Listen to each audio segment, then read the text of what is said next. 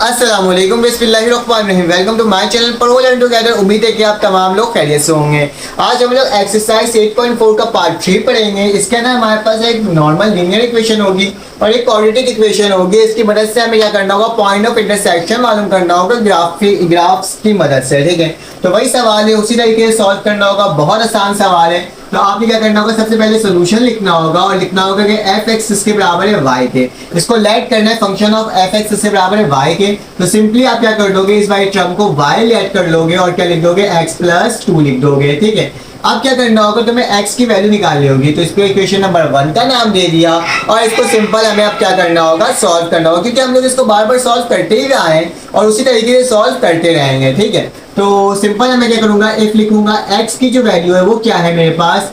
अगर आप माइनस से स्टार्ट करना है तो आप माइनस से भी स्टार्ट कर सकते हो। अगर आपको पॉजिटिव से स्टार्ट करना है तो आप पॉजिटिव से भी स्टार्ट कर सकते हो। तो मैं फिलहाल कोशिश करता हूँ -1 से स्टार्ट करने की। ठीक है, -1 से काफी लंबी वैल्यू लेके जाना पड़ेगा क्योंकि ये क्वाड्रेटिक इक्वेशन है। तो हमारे पास यहाँ पे हमारे पास 2 पॉइंट ऑफ इंटरसेक्शन आएगा। तो क्वाड्रेटिक इक्वेशन का हमेशा कैसा बनता है, ग्राफ यू बनता है और मेरे पास लीनियर इक्वेशन है क्या बनता है, यू बनता है। तो ये वाला पॉइंट और एक ये वाला जो पॉइंट होगा ना, वो मेरा पॉइंट ऑफ इंटरसेक्शन होगा। ठीक है, इस चीज को याद रखना।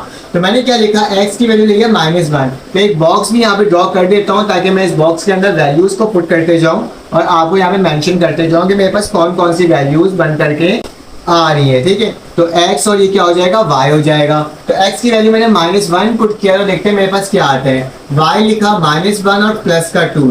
तो y की वैल्यू क्या हो जाएगी, -1 प्लस का 2 प्लस का 1 आ जाएगा। y की वैल्यू जब मैंने -1 पुट किया तो मेरे पास क्या गया, प्लस का 1 आ गया। अब y की वैल्यू मैं 0 पुट करके देखता हूँ। ठीक है, सॉरी x की वैल्यू ये 0 प्लस 2 किसके बराबर है, 2 के। जब 0 पुट किया तो मेरे पास क्या आ गया, 2 आ गया। अब मैं क्या पुट करके देखता हूँ, 1 पुट करके देखता हूँ। अगर मैं 1 पुट करूंगा तो 1 प्लस 2 किसके बराबर होता है, 3 के बराबर होता है। क्या हो जाएगा, 3।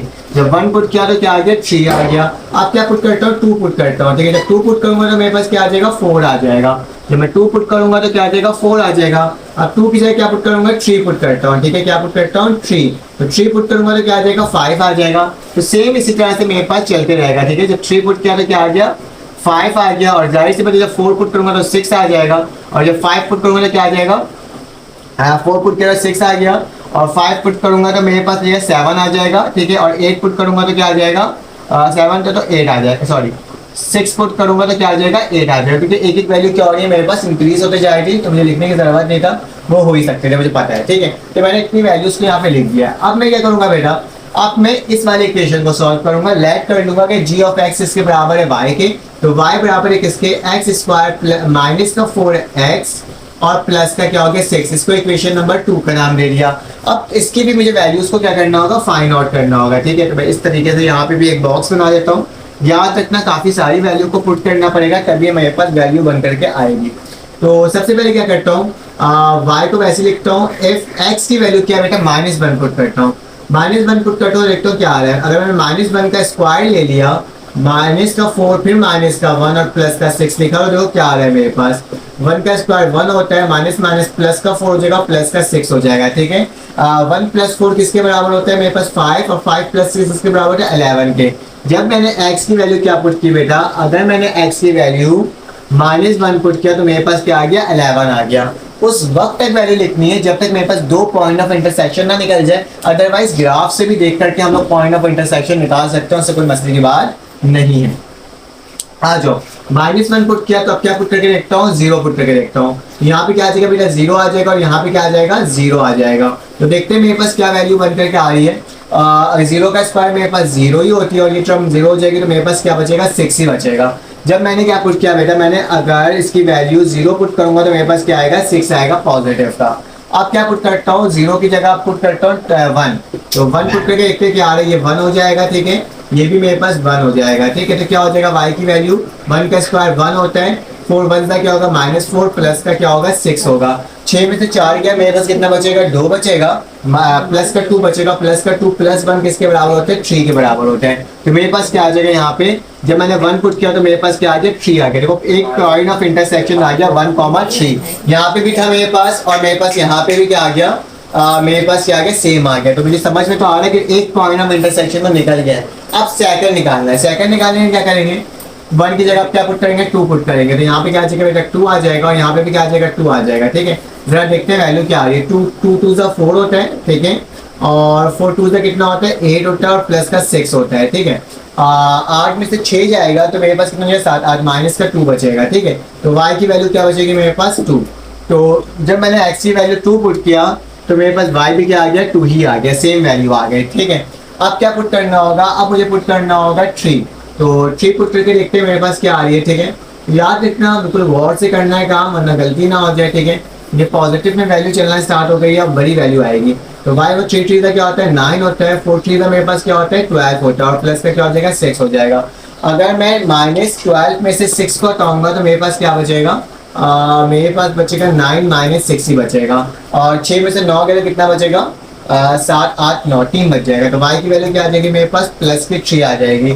जब मैंने क्या पुट किया प्लस का 3 पुट किया तो मेरे पास प्लस का ही 3 आ गया। ठीक है, सेम सेम वैल्यू आ रही है अभी हमारे पास 30। अब क्या पुट करके देखता हूँ 4 पुट करके देखता हूँ। ठीक है, क्योंकि मेरा वहाँ पे 4 भी लिखा हुआ है। ठीक है, ये 4 हो जाएगा, ये भी 4 हो जाएगा। ठीक है, 4 4 से कितना होता है बेटा मेरे पास 16 होता है, और फिर से 4 4 से कितना होता है 16 होता है। ठीक है, तो ये वाली वैल्यू कट गई तो मेरे पास क्या बच जाएगा बेटा 6 बच जाएगा। जब मैंने 4 पुट किया तो मेरे पास क्या आ गया 6 आ गया।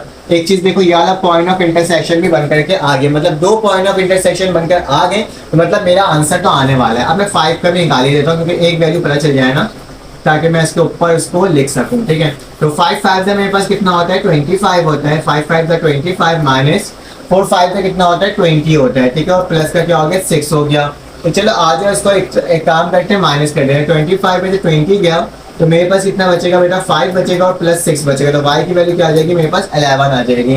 जब मैंने 5 पुट किया तो मेरे पास क्या आ गया 11 आ गया, 5 पुट किया तो मेरे पास क्या आ गया बेटा 11 आ गया पॉजिटिव का।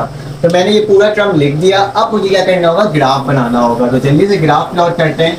मेरे पास जगह की कमी है तो मैं स्मॉल इससे को ही लेते हुए इसको सॉल्व करूंगा। ठीक है, तो एक लाइन यूँ खींच दूँ।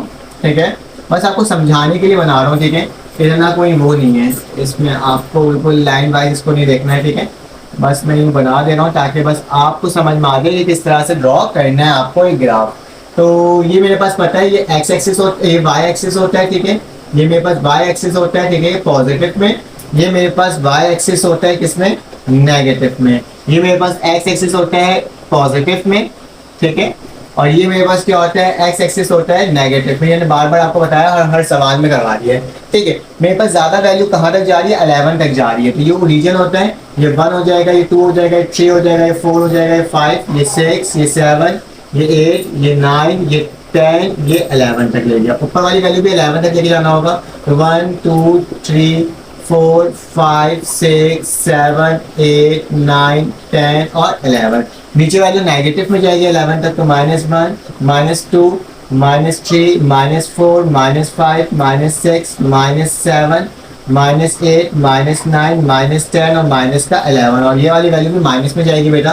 तो -1 -2 -3 -4 -5 -6 -7 -8 -9 -10 और माइनस का ही 11। ठीक है, तमाम वैल्यूज को लिख दिया, क्योंकि आप जब ग्राफ पेपर में लिखते हो तो उनको एक लाइन वाइज लिखते हो। ठीक है, उसमें वैल्यू निकालना भी आसान होता है। मैं वैल्यूज को निकाल नहीं सकता था। ठीक है, तभी मैंने 2 इंटरसेक्शन पॉइंट को मालूम कर लिया। ठीक है, अगर आप मालूम ही नहीं करते तो आप गिन करके भी कर सकते हो कि हमारे पास वैल्यू कहाँ आ रही है। ठीक है, क्या करना है एक ग्राफ प्लॉट करना है। तो ग्राफ प्लॉट करने के लिए मेरे पास क्या होगा, सबसे पहले -1 है, इसका याद रखना स्ट्रेट लाइन बनेगा, और इसका क्या बनेगा कर्व बनेगा। ठीक है, इस तरह का पैराबोला टाइप का बनेगा। तो मेरे पास -1 है तो क्या आएगा 11 आएगा। जब मेरे पास -1 है तो क्या है बेटा यहाँ पे 11 आ रहा है, तो -1 में मेरे पास 11 आ गया। 0 पुट किया तो क्या आ गया 6, 0 यहाँ पे तो 6 यहाँ पर है। ठीक है, तो 6 आ गया। 1 पुट किया तो 3 आ गया। 1 पुट किया तो बेटा मेरे पास क्या आया 3 आ गया। उसके बाद क्या मेरे पास 2 पुट किया तो 2 आ गया। ठीक है, जब मैं 2 पुट किया तो मेरे पास क्या आ गया 2 ही आ गया। फिर मैंने 3 पुट, सॉरी एक चीज मसला हुआ, ये मैं इस वाले लाइन को कर रहा हूँ ना, ये पहला वाला लाइन था, इस वाले लाइन का मेरे पास कर्व ये पैराबोला टाइप का बनेगा। ठीक है, 2 पुट किया तो क्या आ गया मेरे पास 2 आ गया। ठीक है, जब मैंने 3 पुट किया तो 3 आ गया। y x की वैल्यू 3 है तो मेरे पास क्या आ गया बेटा 3 आ गया। तो 3 मेरे पास ये रहा। ठीक है, उसके बाद क्या लिखा हुआ है 4 पुट किया तो 6 आ गया। 4 मेरे पास क्या बेटा ये रहा, और 6 का है मेरे पास ऊपर है कहीं। ठीक है, तो ये रहा 6 है। ठीक है, 4 पुट किया तो मेरे पास क्या आ गया 6 आ गया, और 5 पुट किया तो मेरे पास क्या आ गया बेटा 11 आ गया, और 11 कहीं इस साइड आ रहा है। ठीक है, तो इस तरीके की एक लाइन ड्रॉ करेंगे हम लोग मैंने सेकंड इक्वेशन को पहले बनाया है और उस वाले इक्वेशन को बाद में बनाया है, ठीक है। तो ये वाला पॉइंट यहाँ से जा रहा था और इस तरीके से ये वाले पॉइंट आपका होगा ड्रॉ हो जाएगा। आपके पास जब बनेगा ना तो बहुत अच्छे से बनेगा ये आई लाइन, ठीक है। इस तरह से मेरे पास ग्राफ नहीं है तो मैंने डायरेक्टली बनाया, तो मेरे पास इस तरह का ये पॉइंट बन रहा है। अब सेकंड जो इक्वेशन है ये सेकंड इक्वेशन थी, ठीक है। ये फर्स्ट इक्वेशन है। फर्स्ट इक्वेशन हमेशा स्ट्रेट लाइन बनेगी। जब मैंने -1 पुट किया तो क्या आया, 1 आया। जब मैंने -1 पुट किया तो पॉजिटिव का 1 आ गया, ठीक है। पहला लाइन ये आ गया। उसके बाद क्या बेटा, जब 0 पुट किया तो 2 आया। 0 पुट किया तो मेरे पास क्या आया, 2 आ गया। जब बेटा मैंने 1 पुट किया तो मेरे पास क्या आ गया, 3 आ गया। 1 पुट किया तो मेरे पास क्या आ गया, 3 आ गया, ठीक है। तो मेरे पास ये हो गया, ठीक है। उसके बाद क्या है मेरे पास उसके बाद 2 पुट किया तो मेरे पास क्या आ जाएगा, 4 आ जाएगा। जब मैं 2 पुट करूंगा तो मेरे पास 4 कहाँ है बेटा, 2 पुट किया तो 4 आएगा। 2 ये रहा और 4 मेरे पास ये रहा बेटा, ये वाला लाइन है, ठीक है। एक लाइन ड्रॉ हो रही है इस तरीके से।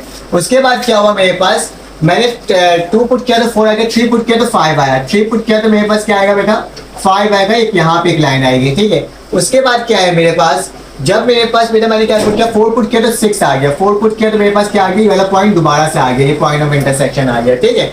उसके बाद 5 पुट किया तो 7 आया।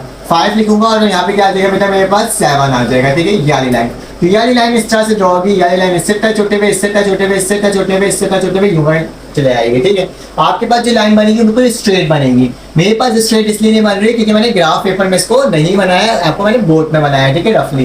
तो आपके पास ये लाइन बिल्कुल स्ट्रेट जा रही होगी इस तरीके से, ठीक है। और ये वाली लाइन यू बन रही होगी। तो 2 पॉइंट ऑफ इंटरसेक्शन आ गया। पहला पॉइंट ऑफ इंटरसेक्शन क्या है, 1,3 और दूसरा क्या है बेटा, 4,6, ठीक है। 6 ये रहा। याद रखना, आप जब ग्राफ पेपर में इसको सॉल्व करोगे ना, अगर आपको पॉइंट ऑफ इंटरसेक्शन नहीं निकालना है तो आप गिन के भी कर सकते हो इस तरह की, कहाँ के इंटरसेक्ट हो रहे हैं, जहां से गिनोगे कहाँ के इंटरसेक्ट हो रहे हैं तो आपको समझ में आ जाएगा, ठीक है।